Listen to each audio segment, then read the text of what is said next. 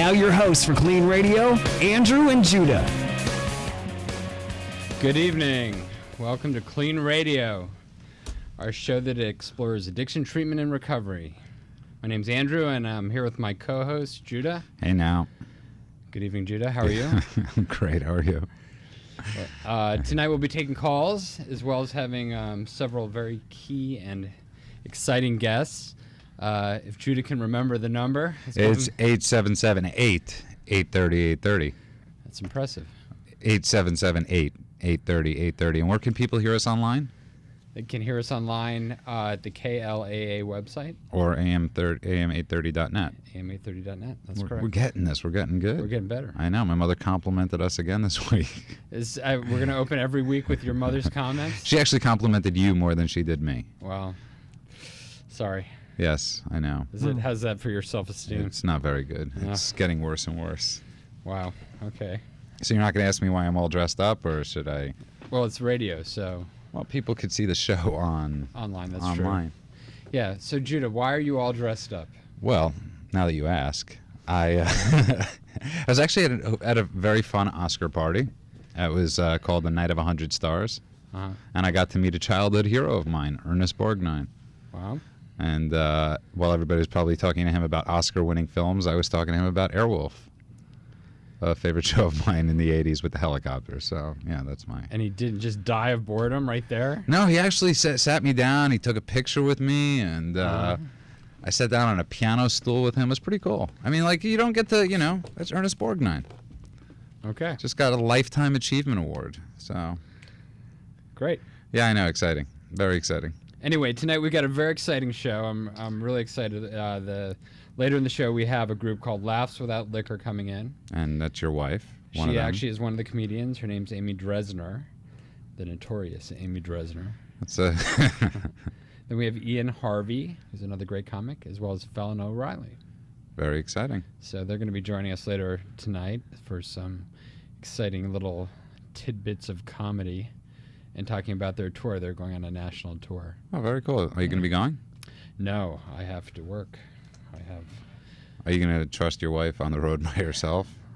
It's really not much. And I don't mean not to cheat. I mean, no, she's trustworthy, and most people are kind of intimidated by her. So I don't. I'm intimidated by her. Right.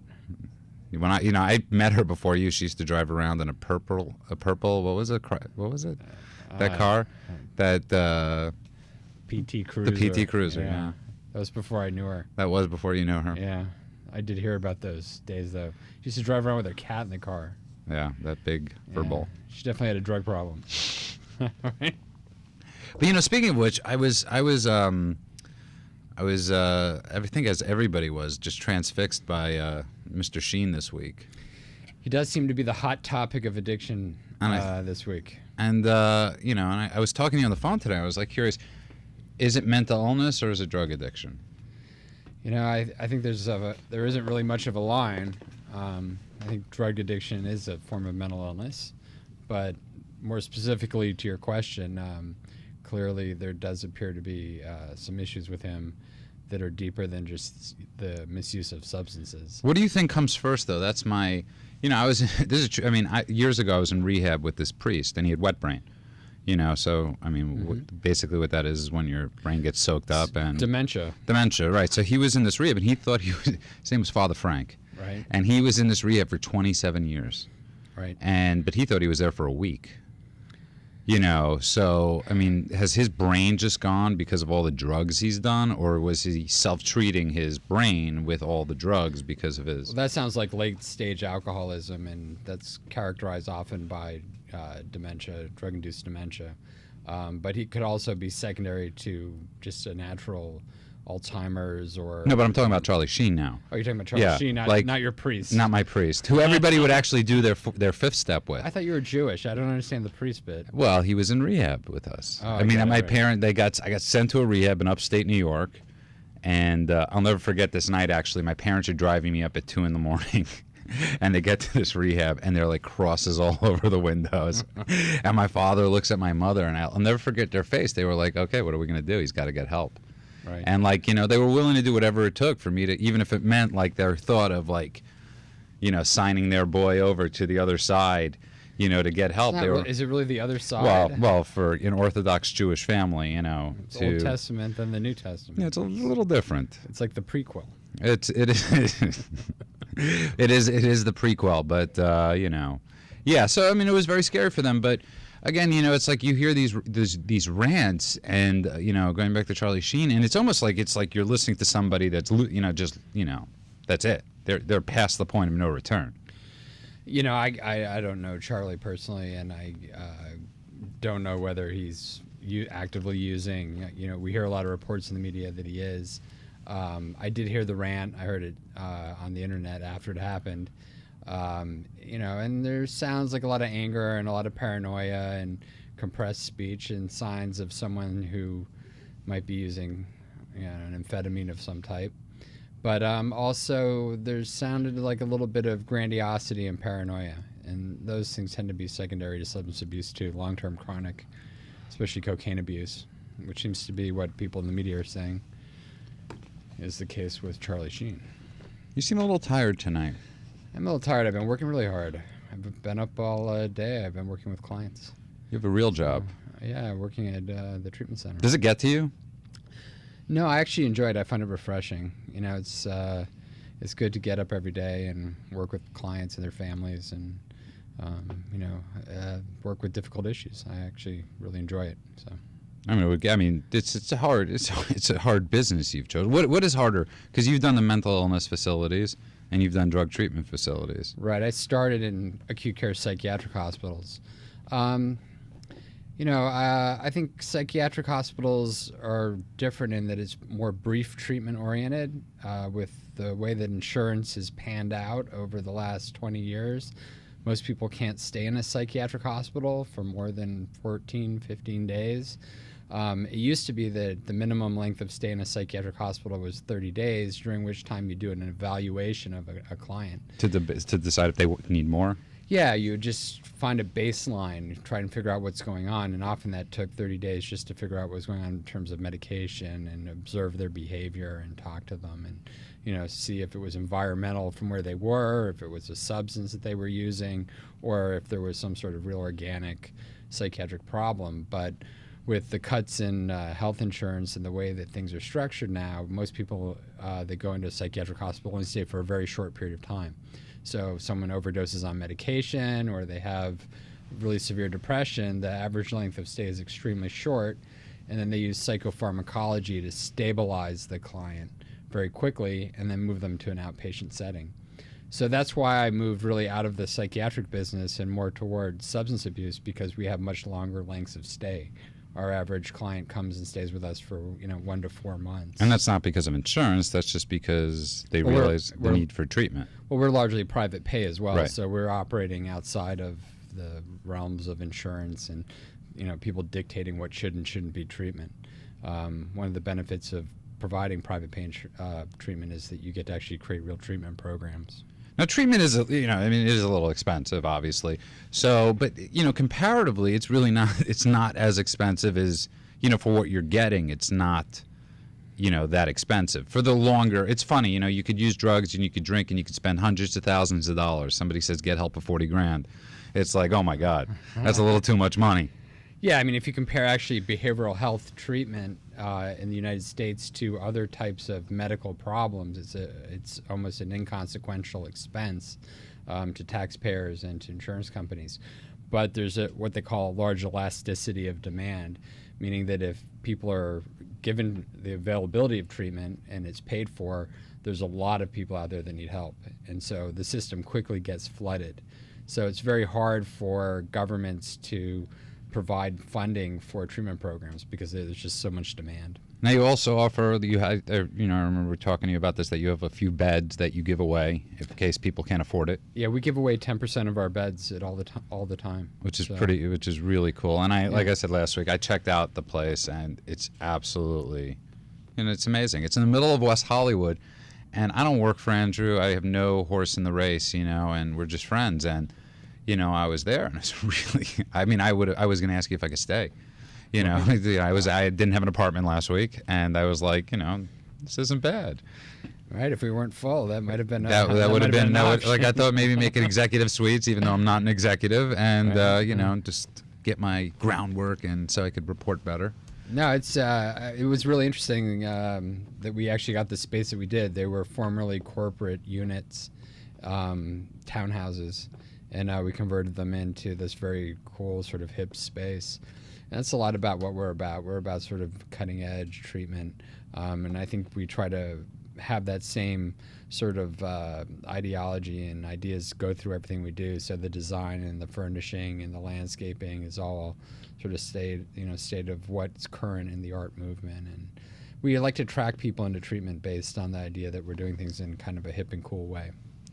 No, I think it's like, but it's, you know, it's one of those things that it's like these days, you know, there's so many different, you know, sides to things. It's like, you know, that rehab costs too much. That, you know, there's this trend towards, you know, like I said, you know, oh, 40 grand is too much, or, you know, not thinking of the, you know, and I'm not saying that's how, I don't know your prices, but, you know, saying, you know, what is the price of a good life? Right. You know, and I don't think people are always looking at that when they're thinking about, you know, treatment. You know, it's, yeah, you know, the 12 steps are free and everybody could go. So what are the benefits of going away for 30 days and spending 50 grand? Well, there's a big difference between 12-step programs and then treatment centers. Right. Although a lot of treatment centers focus largely on the 12 steps. There's other treatment centers like ours that focus more on dual diagnosis and more of a social component mixed with an affiliated medical model. So we work hand in hand with affiliated doctors and psychiatrists, and having come from a mental health background that dealt largely with psychiatry, I'm interested in what underlying psychiatric conditions might exist as well as an addiction. So while we primarily treat addiction, underlying there, we often find there's a lot of psychiatric illness. You know, because when I used to go to rehab and they used to ask me the psychological questions, but I always felt like it wasn't from a psychiatrist. Right. You know, it was like sort of like they had these standardized, you know, like, do you feel, you know, are you depressed? Are you happy? I was like, I don't know, I drink. You know, and I always felt like I wanted to be, I wanted them to say, well, you're mentally ill, come, you know, and we'll give you 3 hots and a cough for the rest of your life and meds. You know, and they would always just say to me, well, you just have alcoholism. And I was always like, damn. You know, because you know, when you're an alcoholic, it's so funny. It's like, you know, the treatment isn't so bad for alcoholism and addiction. It's like you ask anybody else with any other disease, they'd kill for our treatment. The interesting thing with addiction is that it's characterized primarily by denial. You know, most people that are addicts, even if they temporarily realize they have a problem with addiction, they're in denial that they really want to get help or that they need help. The solution they've come up with their life is to use. It often starts working when they start using a substance or drink alcohol, and then over time it doesn't work anymore, and then they end up in a situation where they're isolated and depressed and sometimes suicidal. And that's normally when we first see people, once it's already gotten to that point. It's rare that we see people that recognize early on that they're developing a problem with substance abuse and get treatment early, unfortunately. And the number here is 877-830-830. That's 877-830-830. And the reason I started, thank you. And the reason I was laughing about that was my mother was commenting on that today too. She's like, "Oh, you got the number right." And she's like, I know. She's like, "That took you a few weeks." And I was like, and I was thinking about that in my head as I was thinking about my mother and your mother, because your mother commented on how badly I said the number too. Welcome back to KLEAN Radio. It's Andrew with my co-host Judah. Don't sound so tired. Yeah, I had a long night last night. Why is that? Because your wife is a sober comic? She's a sober stand-up comic, and she had me out till 1:30 in the morning at a comedy show in the middle of nowhere. And she's sitting in the studio with us, and she does get a little, I don't know why, you should be totally comfortable with this thing in front of you. Microphone. Wow. And I don't know where. Can you just deliver my order? Bring me the check. And for anybody that doesn't understand that just tuned in, I am wearing a tie and a white shirt. Which is most unfortunate. Yes. I'm missing my jacket this week. I feel a little off. My puffy. What about your creepy magic beanie? Yes, that I Poor left Judah. off. People should go online on Facebook and look up KLEAN Radio with a K. And look at poor Judah. how I have a face Give for him, radio. we need to get fashion tips for him since he's now sober. But anyway, forget all that. Tonight we have the Laughs Without Liquor tour group with us. Woo! And I'd like to welcome Ian Harvie. What's up? Hi, Ian. How are you? I'm excellent. How are you? Good. And we have Felon OReilly. Evening. Good evening. I like that. He's like, good evening. Who's wearing a Is that- Celtic sweatshirt? Right? Is like the felon thing like with prison? Is there a way to address people safely or No. no? Just and then of course we have Amy. What's going on? How's it going, Amy? Amy Dresner, Dresner. Spanswick. Yeah, she does actually have my last name, but she doesn't let people know. So I'm not really sure what that's about. We'll have to find that out. So you guys, maybe you could tell us. I think Felon, actually, you started this tour, correct? I did, yeah. You give us like a little background, how it happened. Well, came about? I was doing comedy and nightclub comedy, and a bunch of my buddies couldn't come see me because they were on probation or parole. Right. And, no, I'm serious. Right. And so they kept saying, "When are you going to do a gig that we can come to?" So I rented the Comedy Connection in Portland, Maine, and shut the bar down and did a Laughs Without Liquor, and that was the first one. Wow. And then It was just yourself? yeah, I think Ian did the first one with me. Yeah, I think I did. Yeah. Yeah, it was me and Ian, I think, and I think George Ham did a guest spot too. But I think he was still drinking. No, he wasn't drinking. What? Not but- at that time? No, All he right, wasn't all right. drinking, but he might as well have been. Yeah. Pretty much. Pretty much. He was laughs with liquor. So you two have known each other for a while? Yeah, about 8 or 9 years now. Yeah. Yeah. And they call you Felon because 73 arrests, 7 incarcerations. Wow. 70 incarcerations? No, 7. Oh, I was like 70. That's 73 arrests. So far, though. so like far. their record was How many pretty good. states was that in? I'm sorry. How many states? Well, mostly all in Massachusetts. Wow. When was the And then- last one? Massachusetts. I had a federal bid in between then. I was indicted as an armed career criminal in 1990. So But how did- Felon, so isn't there somewhere we can't go because you have? Canada, I can't. Yeah, we do can't Canada. tour Canada. Can't go to Canada? Uh-uh. No, which Wow. it's. I mean, it has its good points and bad points. No doubt. Why not Canada, though? Well, I mean, why would you want to go there? First of all, Well, it's that's a whole filled- other story. It's filled with Canadians. That's But why is that the one place that Well, they won't let you in if you have a felony conviction or if you've had a operating under the influence in the past 7 years. I was actually there recently, and I got detained at the border for about an hour on my way in. And I've never had such a hard. Yeah. I had an easier time getting into Israel than I did getting into Canada. But and then coming back through, when you get I to got the U.S. I got side, the full body scan. I had to go in. I get was the- just up there at the. Really? I was just up at Fort Kent, Maine, at the biathlon, the World Cup biathlon, Mm-hmm. and all the U.S. side does is they say, "Are you a U.S. citizen?" They just ask you that. They don't ask you for your ID. No, they Yeah. say, "Are you a U.S. citizen?" And I said, "We." And they said, "Okay, come on."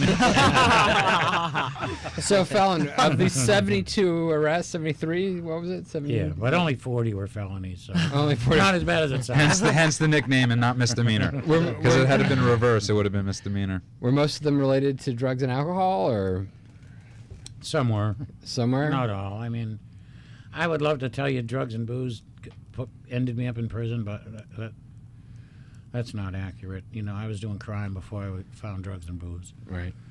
long before that. But you did eventually become an alcoholic, I guess? No, I was a social drinker. Social drug? I was a very social drinker. I was a very social drinker because I kept waking up in other people's houses. Yeah, I was. You know, I was a drunk and intravenous cocaine addict and heroin addict. Right. I ran the whole gamut. You know. And for anybody that wants to talk to any of our guests, the number here is 877-830-830. That's 877-830-830. And so, Felon, so you met Ian. I guess you guys knew each other beforehand? Yeah, I met Felon before his change. No, before my change. Actually, I met him probably it was maybe 8 or 9 years ago. What change?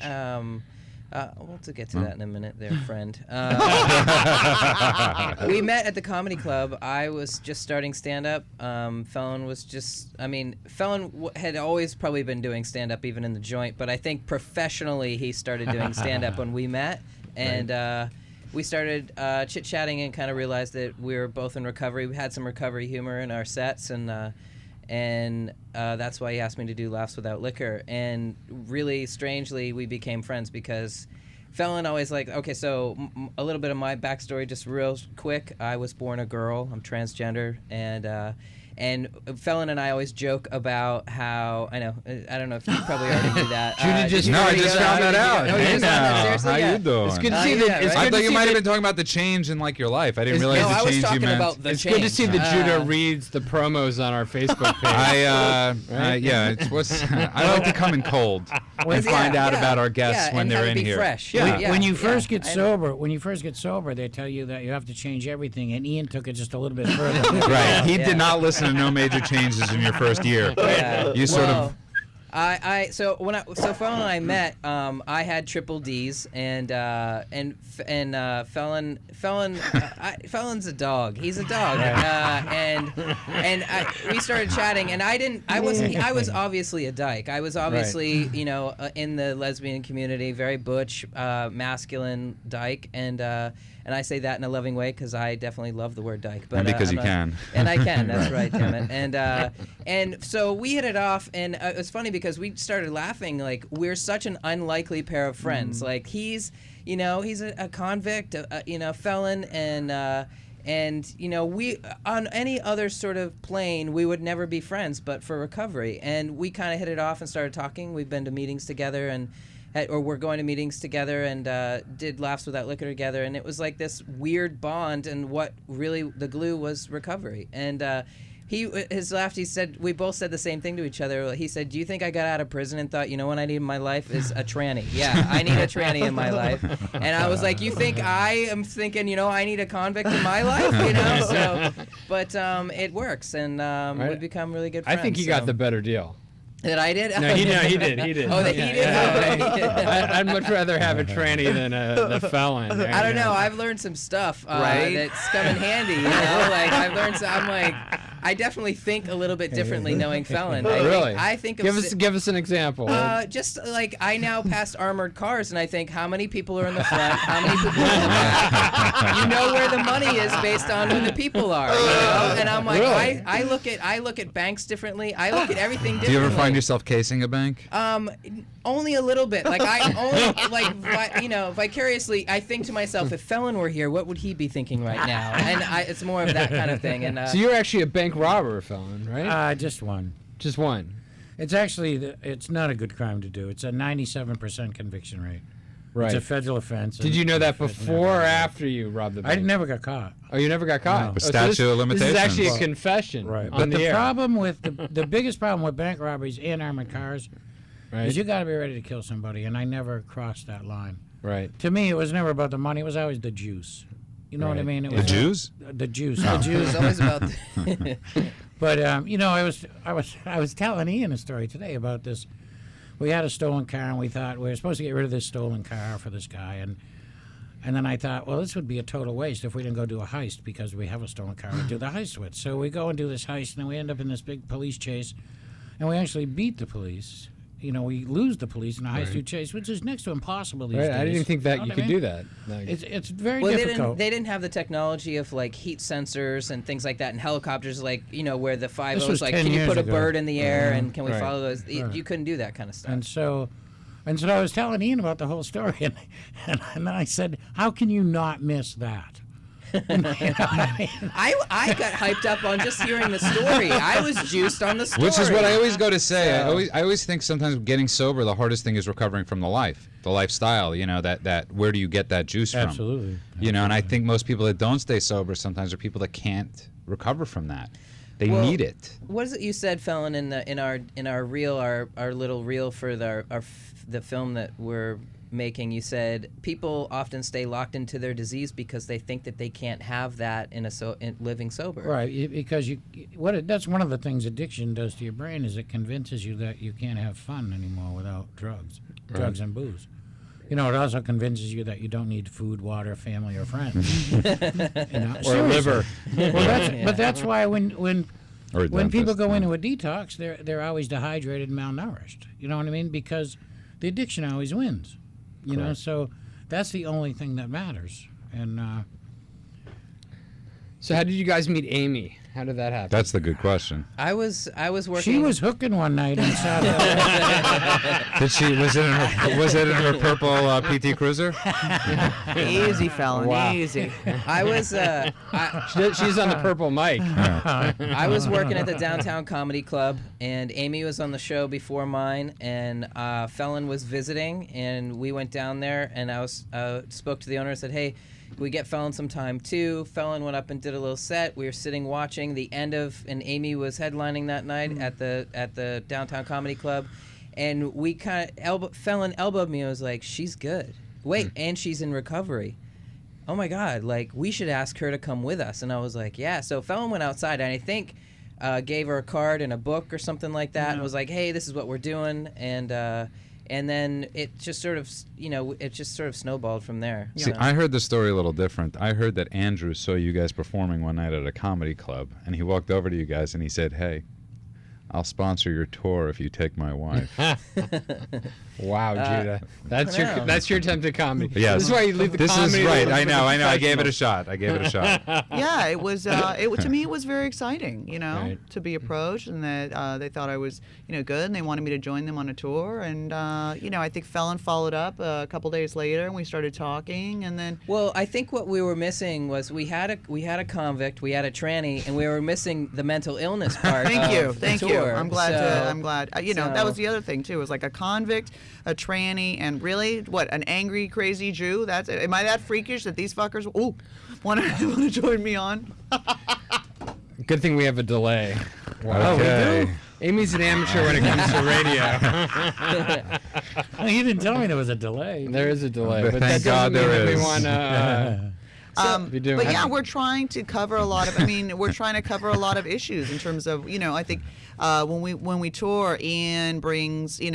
Draws a big gay crowd. Also talks about transgender issues. And also just body image issues and Yes. and what, Self-acceptance. Which I think is what- a huge what issue that people do drives- not talk about in sobriety. Oh, well, you know what? To me, I just want to say at the end of every set, I talk about how, everybody feels how I do.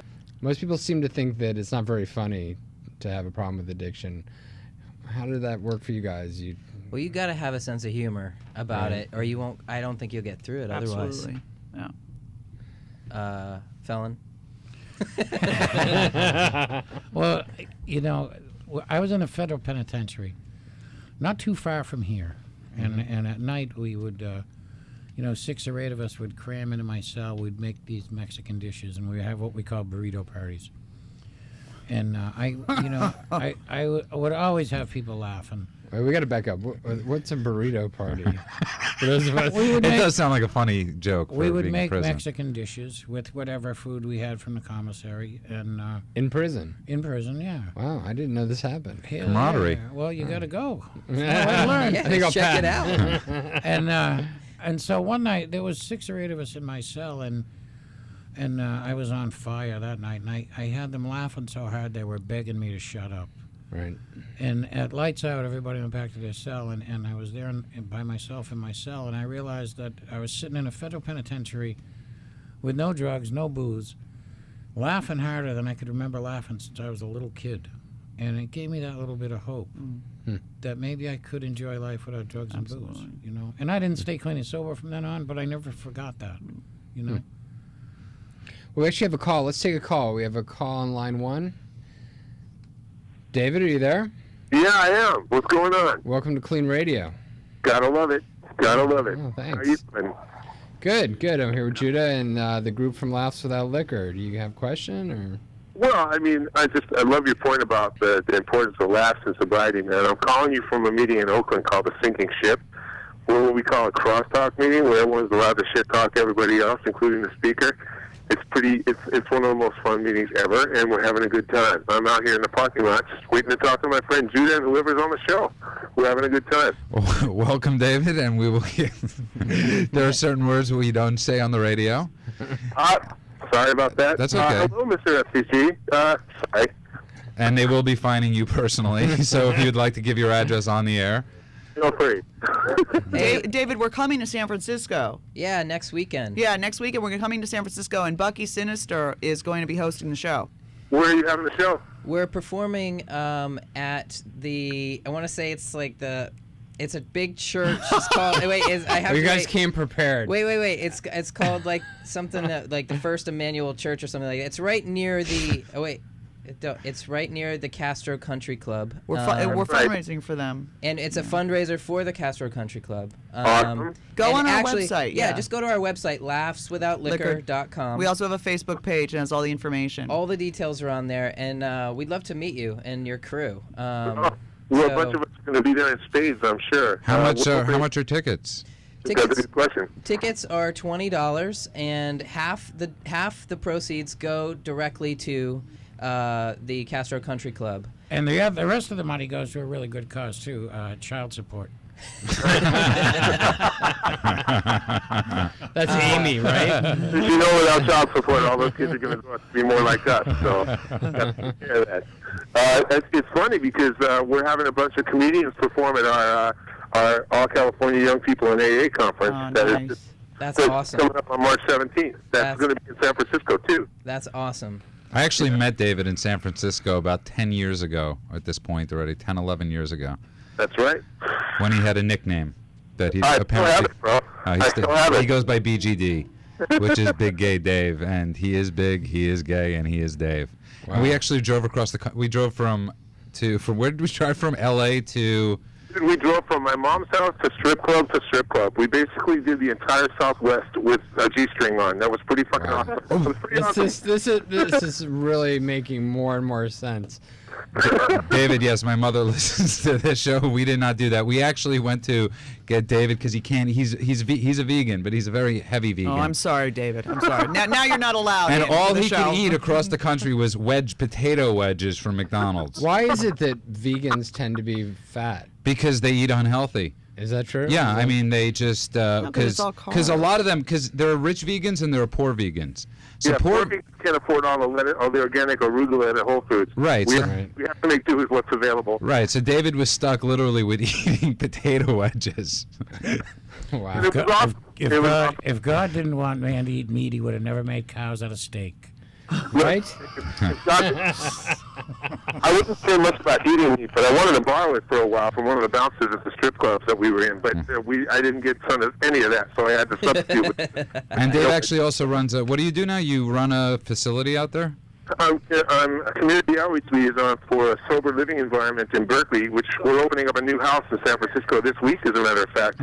We're called Pacific Coast Recovery, and you can look us up on the web if you want it, pacificcoastrecovery.com. Is there any way we could work out some sort of deal with the comics, for sober living people? Maybe they're getting a little cheaper or, a little...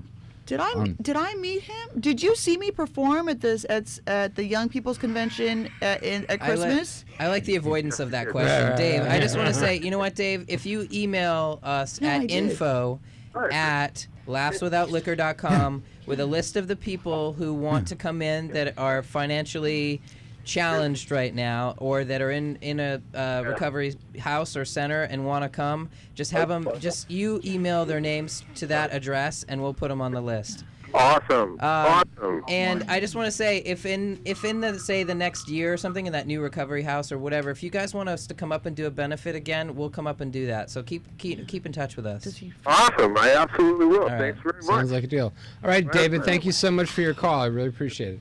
Thanks for taking my call, guys. You have a great Thanks, night. Dave. Talk to you soon, Dave. All right, man. Late. Great.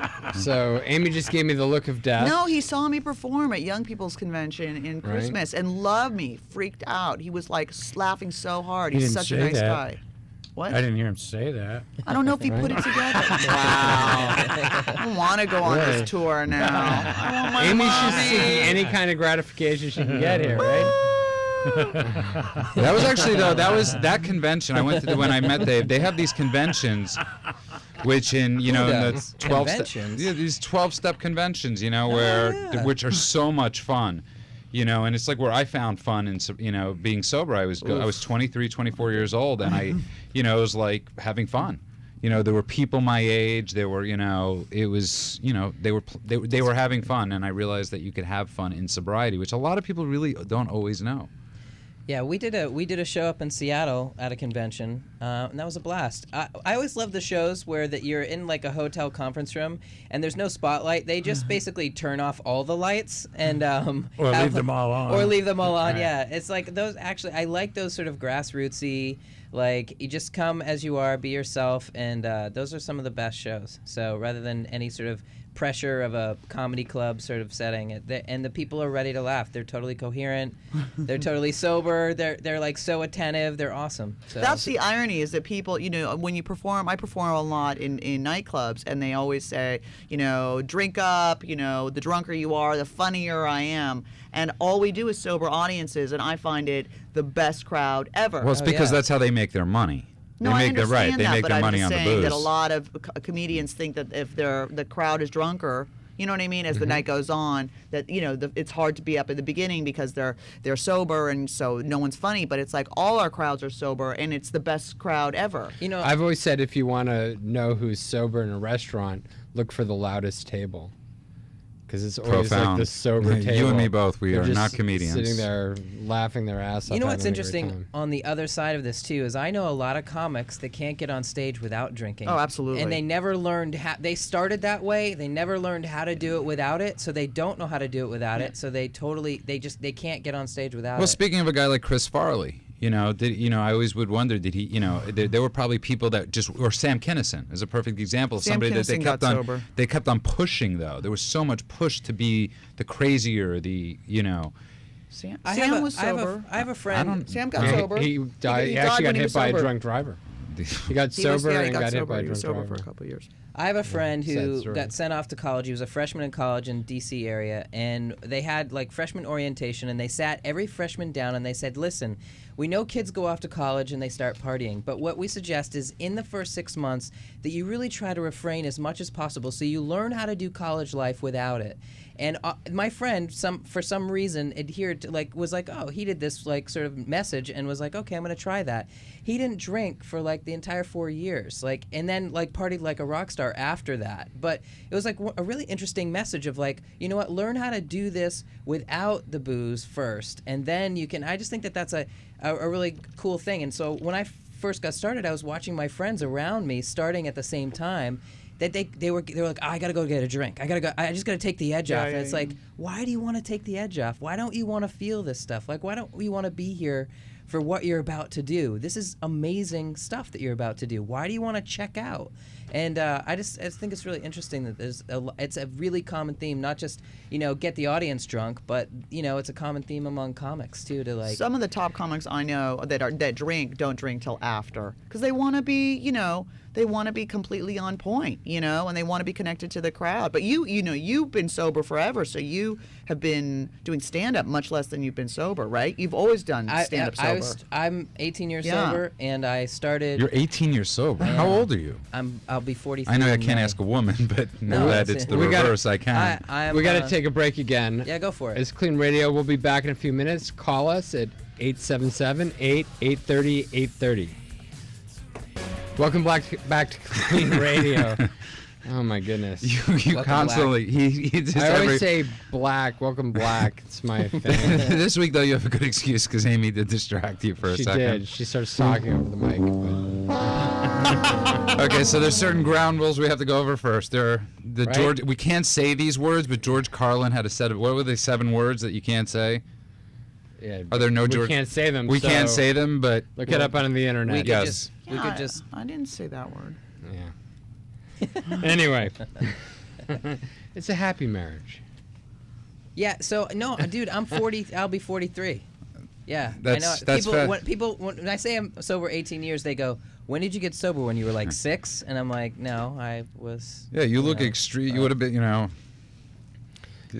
If you always passed sort of one way or the other, past. did you have as you're transitioning? How did that work? I love the uncomfortability of how you asked that question. Well, no, I mean, my transition. First, it was just sort of admission to myself that what was going on with me. That I always had like this extreme sort of masculine identity and vision of myself. Knew it as a kid. Grew up, and I was struggling with sexuality in general. And I knew that I liked girls, but I knew there was something more to it after I came out and said that I liked girls. And then it wasn't until in my 30s that I realized that there was something more, and until I saw someone else like me. I met another trans guy, and I was like, oh my God, that's me. And then once I admitted it, I had to sort of decide how, what did I want to do about it. And not every guy who feels like I do has to make the same decisions. Like I decided to have chest surgery, but not every guy has to do that. I decided to go on testosterone. Not every guy has to do that. Right. But so like a lot of people don't seem to know. But what's happening to me now is everywhere I go. I mean, maybe not tonight, but everywhere I go, I pass as a gay guy. Everywhere I go, I go out to gay clubs with my girlfriend, and I know that like gay guys look at me, and then they look at my girlfriend, and they go, "Oh, that poor girl. He is so gay. Look at him. He's gonna break her I'm just heart." jealous that you could grow a beard and I can't. Actually, it's the sideburns that guys get mad about. I'm like, really? They're like, the guy last night at the Downtown Comedy Club, I was headlining there, and the guy came up to me and goes, "Your set was amazing. I'm so jealous of your sideburns. I've wanted sideburns my whole life." And I'm like, I've wanted a beard my whole life. Well, I have some. And I don't mean a testosterone beard for you like if you that. like. I mean a real beard. I have some juice for you if you like. I'll inject you once a Right? week. There Put is some a extra solution, juice. Judah. I'm scared of something else might happen. No, nothing else will. Like your voice might get deeper. Yeah, I know. I'd be coming on like, You might become a man. That would give me that testosterone tomorrow. I have a friend who's really sweet. He's a really sweet, nerdy comic. His name's Kevin, and he's one of the nicest guys. And he used to go up after me. Used to love to go up after me because he would very shyly say, "Yes," and he's like, "I'm, very proud of Ian. He wants to be a man. He's become a man, and I too want to be a man." And he was always like really shy and withdrawn. So that's what made me think of him. A lot of people don't seem to know the difference between sexual identity and gender identity. Well, I think the umbrella is sexuality, and under that, there's how do you feel about your own, gender? Like, there's biological sex, what was, given to you at birth, and I believe then there's gender, which is what you get to decide how you feel about your body and your biological sex. You get to make that up. Gender is something I believe that you get to make up, and I get to say who I am. And biological sex is just something the doctor has to, assign to you about what's between your legs at birth. Well, it's anatomy. And then I think then there's orientation, which is who are you into? And that all of these, I would say, I feel like biological sex is kind of like a science term and a fact. Right. While these other things you get to play with and you get to sort of mix and match, and it's like it's fluid. It's something like on any given day you could see me right now. I have this baseball cap on and I look more like a dude, but yesterday I was a little bit of a flamer. And I get to play with gender a little bit. Again, you could say that. I can't. Well. And there's a new show coming out about that, maybe it's a show that's. I noticed the show about gender. Real Housewives of San Quentin. now that would be a great show. Actually, no, they already have that on Lockup, dude. They have that on Lockup. Raw. Yeah, they have that on Lockup. The wife, one of my favorite shows. Yeah, serious. Right. But I just did a show at San Quentin in September. A comedy show. Yes. yeah, dude, tell them about that, because that is amazing that you got in there to do that, and what that was like for you, because that was really amazing. It's probably one of the most spiritual days of my life. And any day that I can go into prison and get out the same day is a spiritual friggin' day for me anyway. Right. But go in on the same day. I said friggin'. Oh, okay, good. I couldn't. Can't say that either. Really? Yeah. Wow. Not Right, leaving it's not my prison. I can't swear. Who says you can't say that? You can say that. They say it on TV, for God's sake. That's not a... Our engineer is freaking out. And Andrew and I actually might end up in prison tonight. Okay. Anyway, so you... Yeah, and they just let me hang out in the yard with the convicts before the show, and I spent a half hour or so out there with them, just in general population. And one of the things that I didn't know until I got in there is they have substance abuse programs behind the wall, taught by state licensed substance abuse counselors. They're all inmates. They're all prisoners. They're all lifers who got certified behind the wall, and most of them never getting out. and so it's really peer to peer. You know what I mean? It's really. Are there a lot of drugs in prison? I Hell mean, yeah. So basically, if you want to use, you can use. Oh in yeah, prison. it's a hard place to not to use. Really. Yeah. Yeah. And I mean, I don't know how many times I went in, and I thought, well, when I get out, I'll get clean. Because a lot of people argue the best place to put drug addicts is in prison or jail because that's where they'll get clean. But Right, like obviously that's like the Lindsay Lohan argument. Like, Right. put her in Actually, jail, it's she'll not- get healthy. You know what? Actually, it's not an argument. It's actually Felon's statement about, you said the reason why or how you got clean was because they locked you up. Right. Yeah. So When, it's when No, I but if was, you want not to a- find it, you could find it there too. when I was finally ready to get clean, I don't think I could have done it without a prison cell.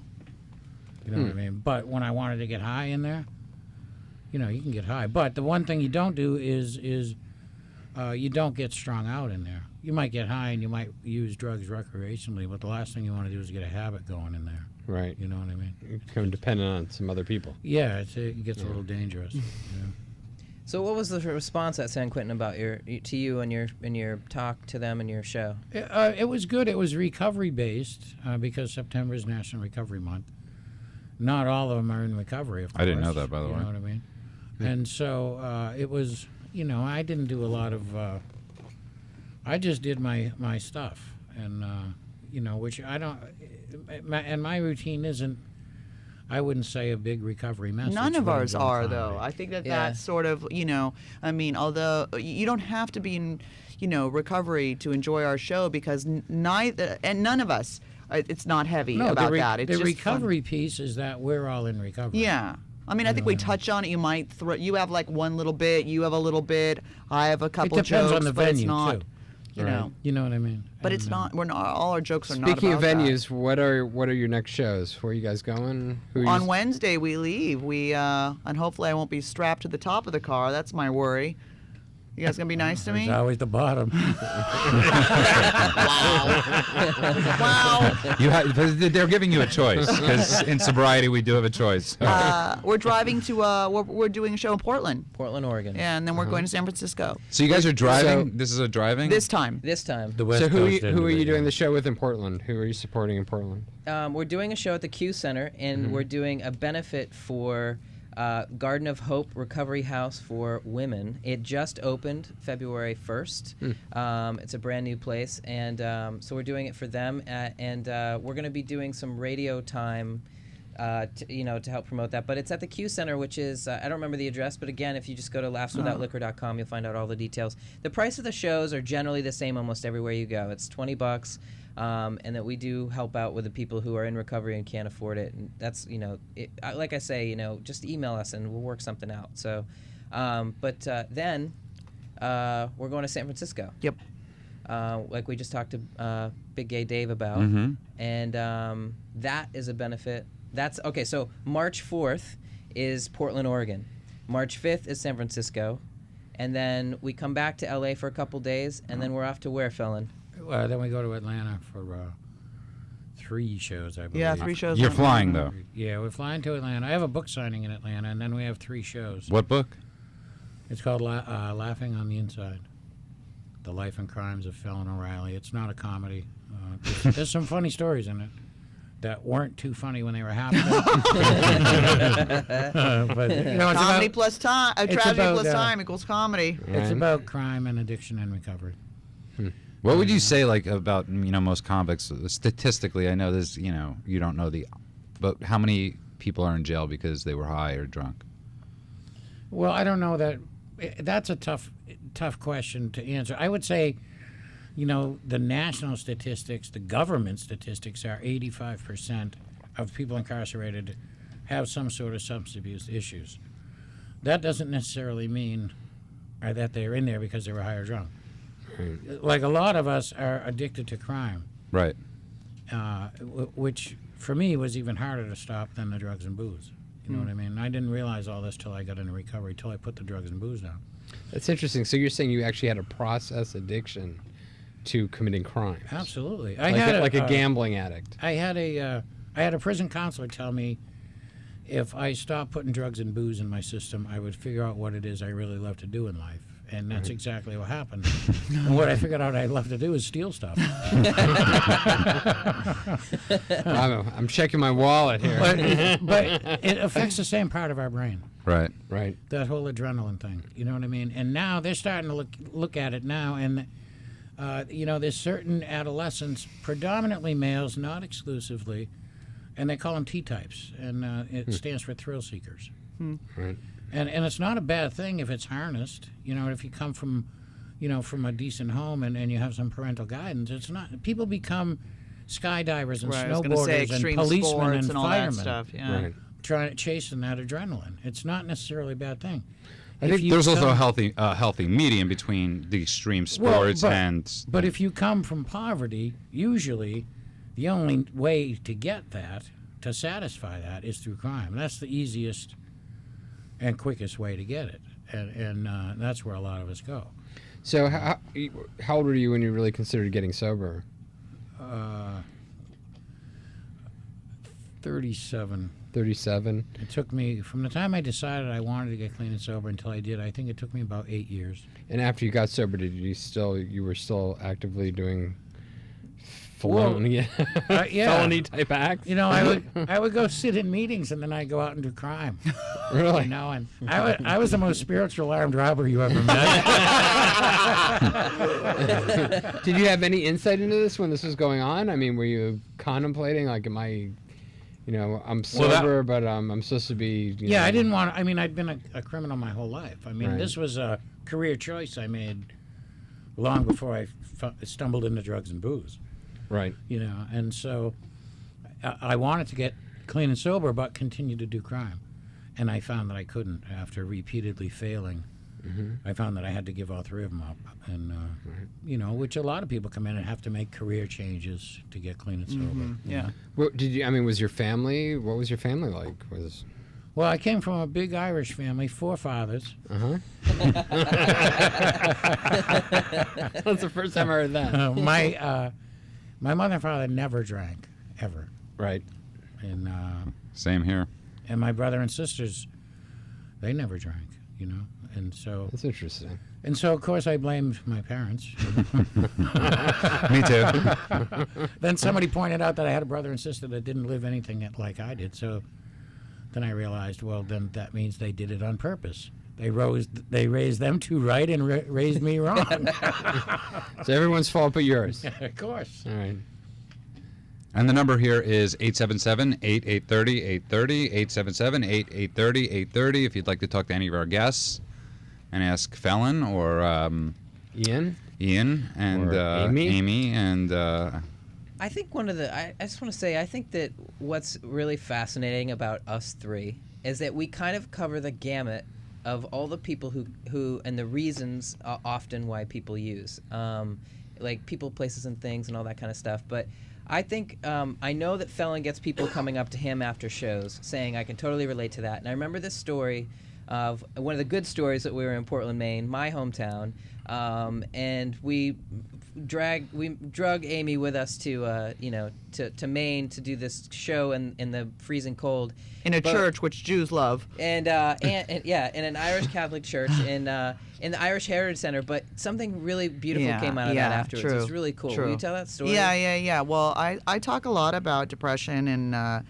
and suicidal ideation, suicide attempts, overdoses, that kind of stuff, and medication and that kind of. And it's tough to talk about that stuff on stage. It's embarrassing, but I really want to break the stigma, and it helps free me of my shame. I dare myself to talk about it, and then how can you be ashamed of it? But also, if it can help one other person, And this kid came up to me after, and he said, I was in the psych ward too, and I tried to commit suicide, and I was so ashamed about it, but you made it so funny. He said, I feel so much better about it, thank you. And my heart just melted, and I was like, thank you. That's better than all the applause ever. One person feels emancipated by what you're talking about and doesn't feel alone. And for me, talking about humor, if I can't laugh at some of the stuff that I went through, shooting coke, and now that I have epilepsy from meth and all my depressive episodes and all that stuff, it's like the shame will just make me get loaded again. I have to make it into something productive, and funny and serviceable to other people. For sure. Absolutely. Felon, do you have stories like that too? Like people come up to you? I know people come up to you. No. I mean, besides the ladies. Yeah, right? We're gonna hop out for another yeah, break. please. on the ladies before Felon ends up back in jail. Come back. It's Clean Radio. Welcome back to Clean Radio. This is Andrew and my co-host Judah once again. I love that song. That's great. And tonight we have Laughs Without Liquor, a comedy troupe composed of Ian Harvie, Felon OReilly, and Amy Dresner. And we've been talking about, when we left for the break, we were talking about different reasons that people end up using. And I also just the upside of, I think I know Felon has stories of, after you get done with a show and you've made a bunch of people laugh, someone comes up and tells you this amazing kind of raw story of how you made them feel better about something. You've made them, and also they just share something with you because you've been vulnerable on stage. I mean, even though it's like I remember once talking about just epilepsy on stage, and this was in a normal club, and another comic said to me, "I never thought epilepsy." She goes, "I have epilepsy, and I've never talked about it." She said, "Because I never thought it was funny." She said, "But you made it really funny." I mean, to me, I love to take the darkest stuff and make it funny. Well, I think that each of us have something very raw and honest. Like Felon talks about stuff. I mean, there's such a stigma around, being a convict that people don't want to talk about, and that people are fearful of people who are convicts. People instantly are. There's this, this sucking in of like this, inside, whether they do it out loud or not. Yeah. And the same with anybody who is an addict, or you say crystal meth or mental illness, or if you say trans or transgender or tranny or whatever it is. Like we all have these sort of, I think, instant effects that people have preconceived ideas about, and that I think we just tear all that down. Felon, how long have you had the name Felon? Since I started doing comedy. When I first started doing comedy, I still had warrants. So I had to have a stage name. Didn't want to fill out a 1099 with the real name on it. But I do, being from Boston and Boston Irish, a lot of my comedy is about that, about being Irish. And so I had a buddy of mine who didn't think my real last name was people that weren't Irish wouldn't know it was Irish. So I came up with the O'Reilly, and then he was like, "Yeah, that's good. You just need a first name." And so and then that night about 3:00 in the morning, I was like, Felon OReilly, and so that's how it worked. And I write under that name too. All good. It's funny, when I got sober, I used to hear this guy say, his name is Chris Campbell, and he used to say, if it's after 11 o'clock at night and it sounds like a good idea, don't do it. Right. And I'm always curious. I always love to go into prison and find out when the ideas came. Because you really don't think about bank robbery at 8 o'clock at night, do you? I would think about 24 hours a day. Okay, there goes that theory. I've written some of my best jokes dozing off to sleep. Absolutely, that's so true. And if you don't write them down, you're like, "Oh, I'll remember in the morning," and they're gone. Poof. Or worse, like you write them on the eraser board next to your bed that you have, and you wake up and you wrote 3 words that you have no clue what they mean. You're like, "What?" Yeah, This might have to have done with your substance abuse. But that must be a great feeling too, though. It's when you're drinking, you think you could do everything. You know. What's your thing without foul language? What's your joke, Amy, about that? Remember, you're like, when I was putting in my, when I didn't. Can you? Yeah, you could say that. Yeah. But tell the story. Like, when you're drinking, you think you're, one Oh day. yeah. Well, I mean, when I used to be, sitting home, getting high, shooting coke in my neck or smoking meth for days, and I'd watch, friends of mine getting famous and doing amazing things, and just, I could do that, screw them, blah blah blah blah, and it's like, just to actually be doing it instead of just sitting at home, talking about it. Yeah, that's got to be one of the biggest highs in itself, is getting on stage sober. Writing jokes sober. You know what? I'll tell you the Felon. Nah. No, I actually, in the first 5 minutes I ever did, I got off stage And I said, that is the best drug I've ever done. And I was totally sober. It was like I didn't even do that great. But I was like, this is the most, I was like slapping my arm as if I'd never done anything like that, like intravenous drugs. But I was like, this is the thing for me. Bring it on. Bring it. I was ready. And it was cathartic for me, that moment. So. I think so many of us, especially me, we're paralyzed. My whole life I was paralyzed by not only what I couldn't do, but what I could do. I was terrified, and when you get sober and you're able to do those things, like asking a girl out sober was one of the hardest things I ever had to do in my life. But I remember after I did, I was like dancing. I was like, so I didn't even care that she said no. She said no, right? She did say no. She did say no. But it wasn't about her. It was about me asking her. I still do the same I used to do when I was drinking. I go down to Denny's at 3 a.m, look for the girl with puke all over her, and go for the weakest one I heard. The weakest one I heard. And if that doesn't work, it's like the free clinic. Wow, But, the weakest one of the herd. So horrible. People ask me all the time if I get nervous when I go on stage, and my response is look, I've been shot at, I've been stabbed twice, I beat 2 life sentences. Getting up in front of a room full of people doesn't really do it for me. So I don't have that. I, on the other hand, have diarrhea before every show. Every show. It doesn't get, like, I think that's so totally gross, but I definitely... That's okay. I don't have too many visuals right now. Intestinal distress before every show.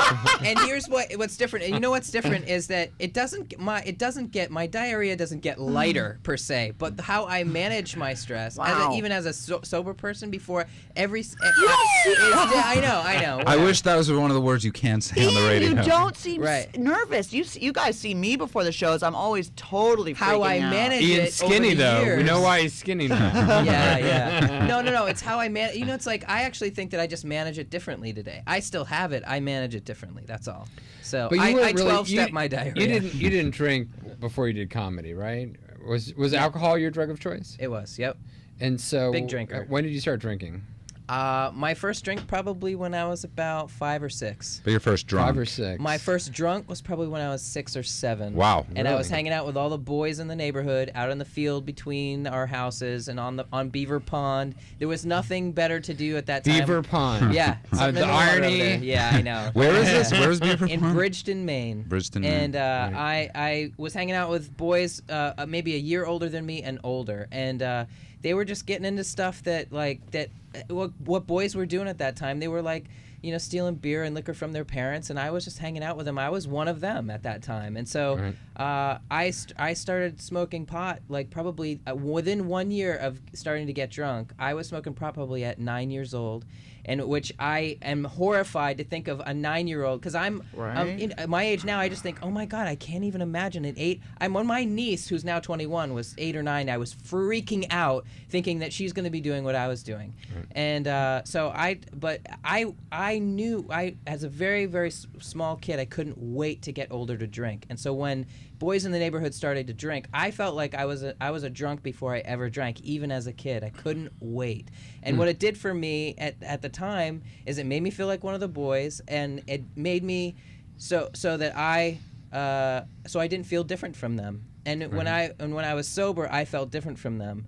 I felt like I was the same, but they knew that I was different. And so as I got older and I started to develop as a girl, I started to really feel separated from them. And drinking didn't really work to fix that anymore. But I kept drinking. And by the time that I was 21, I was exhausted from drinking. So you're very similar to me. We were discussing this last week of later stage alcoholism. Of some of us get it younger. Some of us just, there's something in us that we don't have those extra 20 to 30 years that we could drink. Yeah. It wasn't like it was, when I was 22 and I got sober, I really couldn't drink anymore. Like it was doing nothing, and I almost couldn't put it in my body. Yeah, I was exhausted. Yeah. I was emotionally exhausted. It's really funny. I had a friend, her name was Meg. She was sober, and she was sober maybe a year and a half at the time. And she called me on a Sunday morning. I was on the 3rd day of a hangover. I was a mess. Wow. I was laying in the dark in my dark bedroom, all the blinds closed in Portland, Maine, Amy's favorite place. And I was nursing the 3rd day of a really bad hangover. She calls me, and I pick up the phone, and she says, "Hey, I'm heading to a meeting. Do you feel like going to a meeting?" And I'm like, Yeah. It was like the first time in my life that I was like, I was totally weirded out. I had no idea how she thought I might like to. Why did she call me? How did she know that I might? I really had no clue, and it wasn't until not even kidding. I was probably about 14 or 15 years sober that I actually figured out how she knew. I was such a mess on the outside to everybody else. Everybody could see it, and that's why she asked. But it took me so long. And when I would say that in meetings, it was funny because I would say that and people would laugh. I'd be like, I don't know why they're laughing. Why is it? But we talked about that a lot actually last week. That it's amazing people that are using that think they're getting away with it. Right. Yeah, Like, yeah. they think You that- think, that- Right. Well, it's like the nobody's people. It's noticing. the people that drink vodka Yeah. that think they don't smell from it. Right. You know, Yeah. like, somehow you're hiding it because it's like who started that myth? that vodka That doesn't vodka smell? doesn't smell. Probably because a vodka company. Right, because it does. And we could tell that Smirnoff you're. started that. Yeah, Smirnoff. Right. Smirnoff started that. or Poland Spring. You know, When I was a tweaker, I didn't think anyone could tell.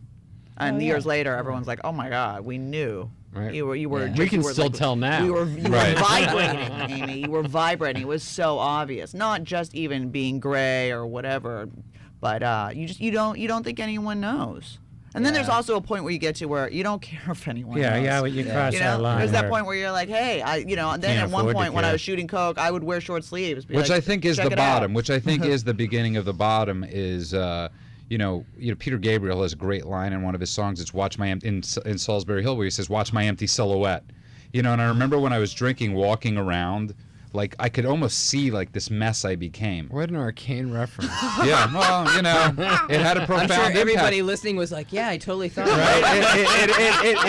It actually had a profound impact on me because when Where we're do we drinking, find Judah? I think there's a part of us where we could see the mess we've become. We get a moment, we get a glimpse of ourselves to the mess that we are.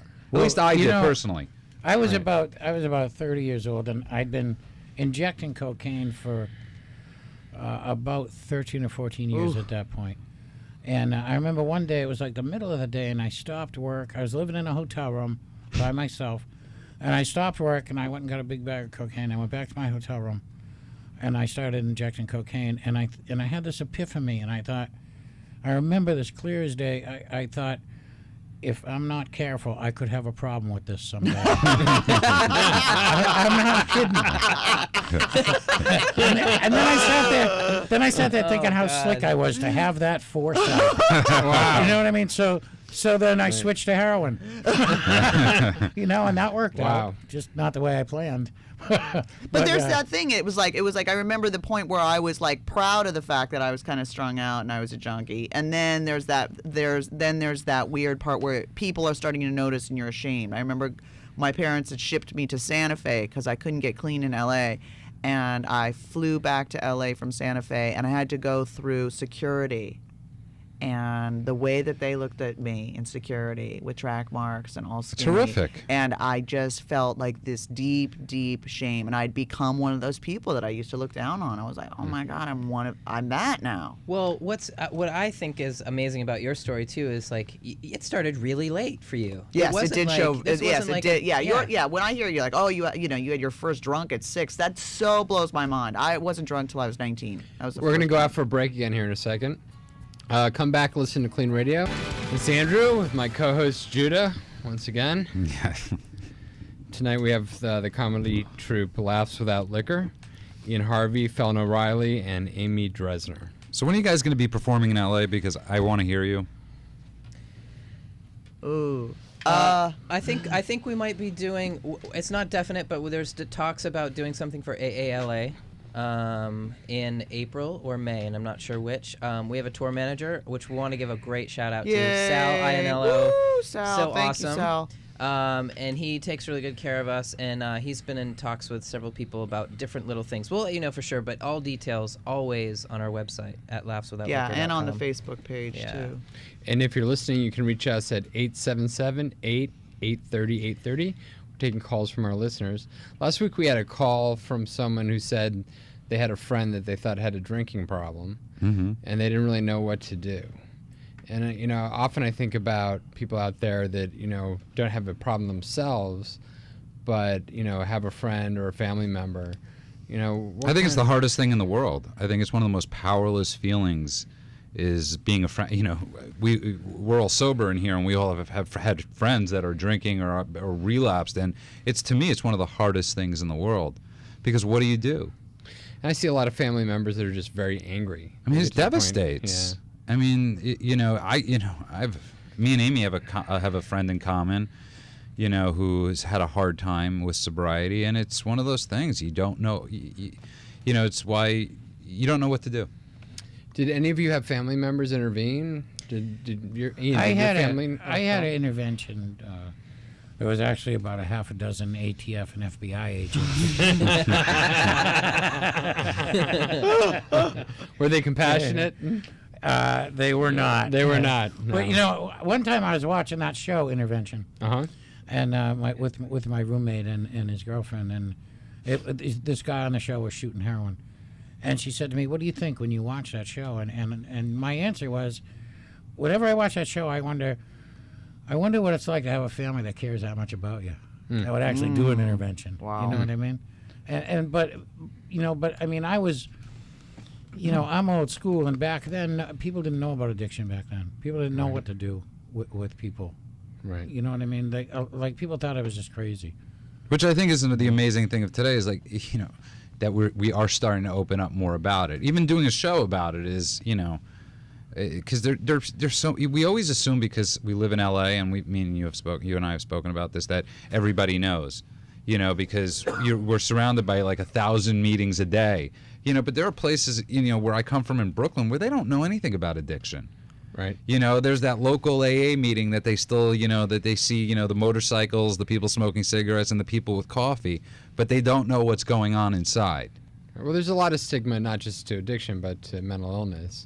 I had interventions. You did? Yeah. How did those go? Yeah, who was there? What'd they say? Like, what was the style? I had a couple. What They weren't style? even necessarily interventions. I mean, Do you I remember? started doing crystal at 24 in San Francisco, and I never had a drug problem, and I'd never known anyone who had a drug problem. So I didn't really know the signs. Even myself, I again had that moment I remember where actually other friends of mine, I was living in a house with all these gutter punks and skinheads, and we were all tweakers. And I'm like this Beverly Hills Jew, you know, in Lower Haight. And this one guy said to me, you should really be careful because you could have a problem with that. And I was like, you know. And 7 months later, my whole face blew up from an infection. And I remember calling my parents, and I said, I'm really sick, and I need you to come get me. And they came, and that was the first time they found out about it. And they were absolutely devastated. My father cried the entire drive home. And they moved me back to LA because I'd never been a drug addict in LA, and they thought they did a geographic, and they There's no drug addicts in LA. you know, they didn't think I would know how to navigate the system and find contacts and whatever. I'd never been, you know, high in LA, so they moved me back to LA, and I drank for a couple months, and then, you know, I found one tweaker, and I was off again. And So you were basically tweaking for close to 16 years. no, I was a tweaker for a year and a half. And then what do you? And then my dad was trying to get me into rehab, and I refused, and they were afraid to cut me off because they were afraid that how I would support myself. And I walked into a market, and I woke up in an ambulance, and I'd had a grand mal seizure for the first time in my life. How old were you? I was 25. Wow. And I was really freaked out by it. And my dad said, you know, you ready now? And I said, yeah. So I went into a dual diagnosis residential treatment center for 2 months, and then I went into a sober living for 4 months, and I stayed clean for about a year, and then I tried to drink, and that didn't work out too well. I was in a blackout for about 3 weeks, and then I stayed sober for about 7 years. And I lived abroad, and then when I came back, I wasn't doing program or anything. And then I By relapsed. program, you mean AA? Yeah, and then I relapsed. I started smoking pot because I'd always hated pot, so I didn't think it'd be a problem. And I started drinking because I thought I was really a tweaker. And then I started doing coke. And then, within 6 months, I was back in rehab again. And my father, it was basically, again, you know, either you go into rehab or, you know, we cut you off. And I got out of rehab, and I relapsed 3 days later. And then I started shooting coke for the first time. And then they moved me to Santa Fe and put me in another, you know, therapeutic environment. And then I moved back to LA, and I kept, you know, ending up in the ER and blah, blah, blah. And eventually I got sober in the rooms. I think one of it is like that helpless feeling. The hardest thing is I have a friend, and I don't know if I have the right to really still call her a friend, but I have a friend back east who's really, really sick, and she's tried and tried and tried, and it's the hardest thing to watch, being in recovery or not, doesn't matter. And that helpless feeling, and that you can't, it's almost like you can't really do much except for make suggestions until someone's absolutely ready. Yeah. And it's also because you know, addicts are pros at putting people around them on eggshells.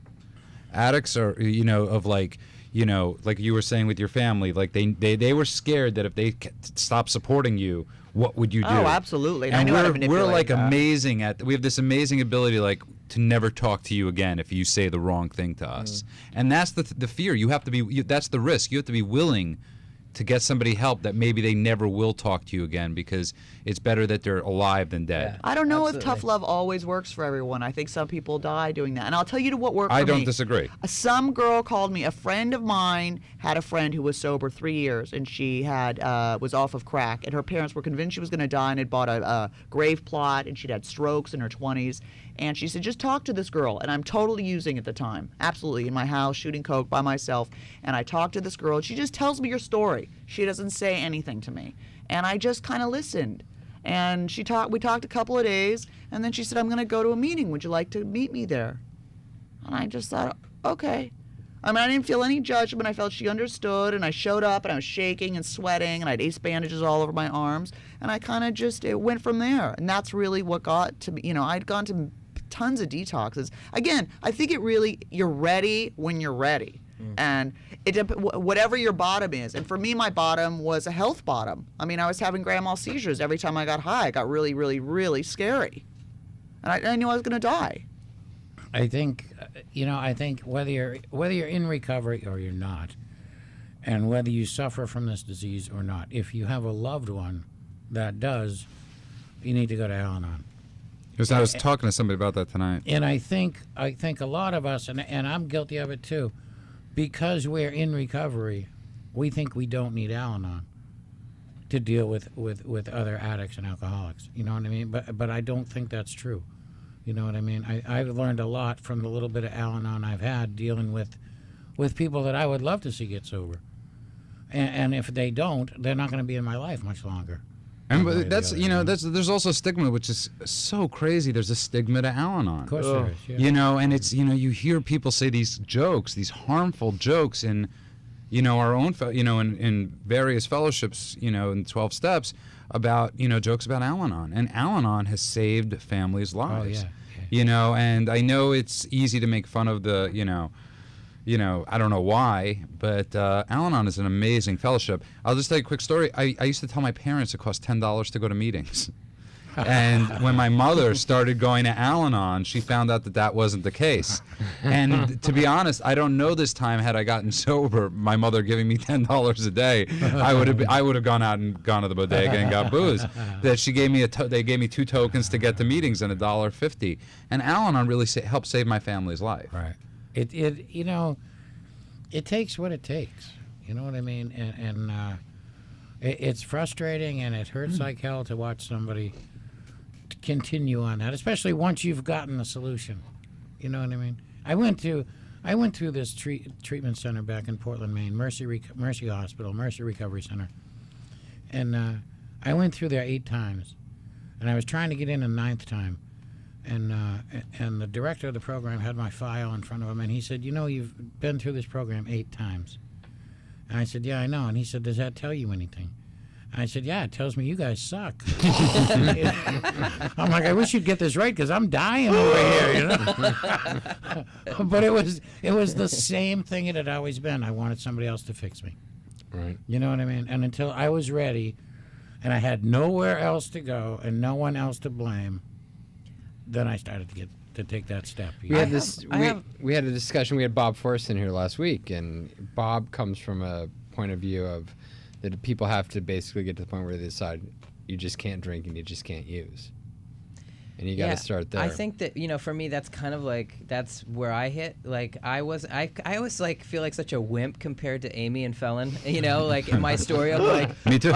you know, like I drank and then I hurt somebody's feelings and so I decided to get sober. Like that's kind of my story. The last time, one of the last times I drank, I did the wimpiest thing, but I'll tell you really briefly, it's the wimpiest story, but it actually hurt my own feelings enough that I hurt somebody else's feelings in a way that I thought was probably bigger than it ever really was. But the last time I drank, I was out and I had no money. And I always, even if I had no money, I knew I could get drunk. I'd go out, I'd find somebody, meet somebody nice, somebody fun or whatever, friendly to the bartender or whatever, buddy up to the bartender, and they'd be like, what do you want? You know, like, oh, it's on me kind of thing. I would always wiggle my way into a situation like that. And this last time, that day I had said, I just got to clean out my system for a couple weeks. And that night I was at a bar getting free drinks from my roommate's boyfriend who was a bartender at this Asian restaurant. So I went there, started to get drunk, and then I went to another restaurant, met this guy, never met him before.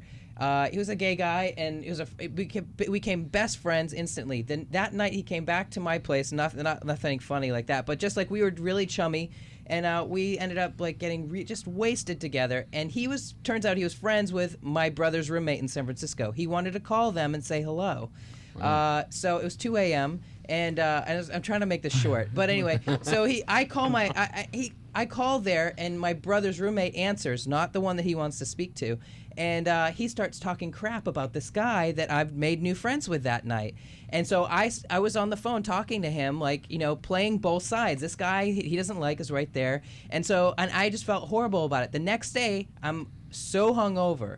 And I get a phone call. And the guy on the phone, I thought it was the guy in San Francisco that was talking crap about my new friend. It was my new friend that called me, but I didn't know that, and I was just too still wasted to know that. And I said, I can't believe all that stuff you were saying last night about da-da-da. And he was like, do you know who this is? And I was like, no. And I go, hold on a second. I didn't know what to do, so I just hung up the phone.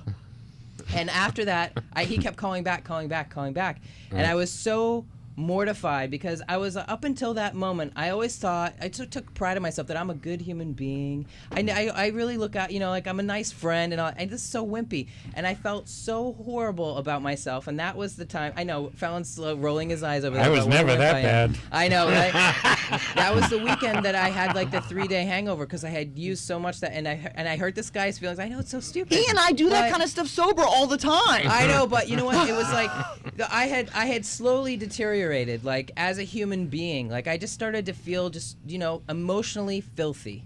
And it wasn't that, you know, I probably could have, my liver probably could have taken it a while longer, but emotionally filthy, I just couldn't do it anymore. Well, I think he's raising a huge point right now with what you're talking about, because I hear this all the time about bottoms. Mm-hmm. You know, and I got sober in a few different types of meetings in New York. I got sober in one meeting where people lost a house, you know, but they still had another house.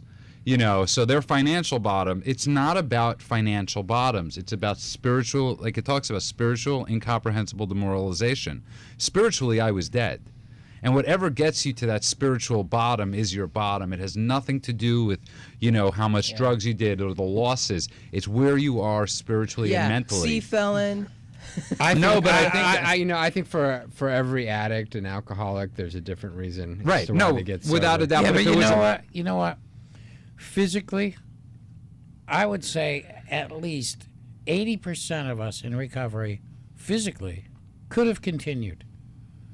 Mm-hmm. It's the unmanageability that drove us into recovery. You know what I mean? If we could manage, none of us would be here. Exactly. And that's variable person. I tend to we see, wouldn't be alcoholics if we could manage. I tend to see a lot of situations where people finally got to the point where there was something really important to them that they were going to lose. Right. Be it their health, be it a family member, they won't talk to them anymore. Or yourself. Be it something inside them, self-respect. There's something that they lose, and they're scared of losing that forever, or they're scared they're about to lose it, and that makes them decide to make a change. Well, you know what? Prison was not my bottom. Right? Well, you seem to enjoy prison. Yeah. I had a fun time in prison. And You're like the Shawshank, you know, the walls became your friends. I was successful in prison. Yeah. Right. You know what I mean? You were the compliant client in prison. I had done enough time. I knew the system. I could manipulate the system. I was the go-to guy. I would run the tier. And I was successful. You had respect. You put me on the streets, and I'm sitting in the corner sticking needles in my arm. Which is what we were what I mean? discussing last week, which is a part of the problem with the rehab system and the outpatient is they don't get you ready for life. You know, so you have a bunch of people that get out of rehab or get out of a sober, and they're like, oh my God, I was good in sober living, I was good in rehab, and I know how to stay sober there. What do I do when I get out? Right. So prison became my solution. Right. You know what I mean? Yeah.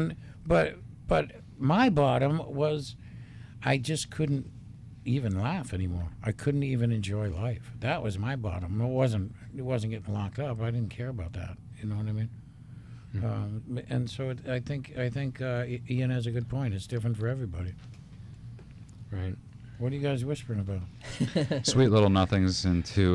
Yeah, I feel that, like, just hearing other people's stories, sometimes I feel a little wimpy. But now, like, I mean, I agree with that. But Ian, you had to come out twice. I Don't really- feel wimpy. I think Ian's lucky. I mean, you know, there's a lot of people that have gone through treatment in my treatment center, and some have had horrific stories, and some have had very minimal stories. And I think sometimes people really think that you do have to just be over the top, Right. a mess to get sober, and I don't think that's true. I think there's a lot of people that mature out of substance abuse. Well, I also think that, like, this is my 18 years. This is my third try in 18 years. Amy and I sort of joke about this, but it took me 3 tries to get 18 years. You know, a day at a time. So it wasn't just that one night. I felt bad about myself, and I was like, I can't drink anymore. Right. It was this is my third try. Well, at this, you know, so. that's a good point. And I just want to say that Alcoholics Anonymous or any other 12-step program does not corner the market on relapse. Because I hear people in the halls all the time say, I've never relapsed. Well, if you woke up one morning and promised yourself you're never going to drink again and drank again, guess what? You relapsed. You know what I mean? You don't have to be Right. in a 12-step program to relapse. Well, and I also love it because my sponsor is very fond of saying, you know, the book was written by relapsers. You know, that the big book of Alcoholics Anonymous was written by people that could not stay sober. Yeah. But they were not low-bottom drunks. They were late-stage alcoholics, but they were not low-bottom drunks. Well, Bill was a little bit of a low-bottom drunk at that point, I guess. Not Dr. Bob was still a doctor. But they still had homes. Right, They right. still No, had you're right. careers. In fact, Bill W. tried working with all the street bums and failed miserably the first 6 months until he met Dr. Bob.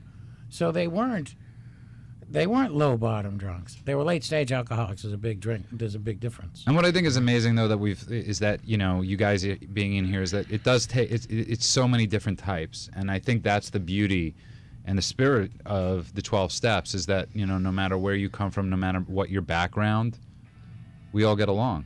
So we got one last break here, and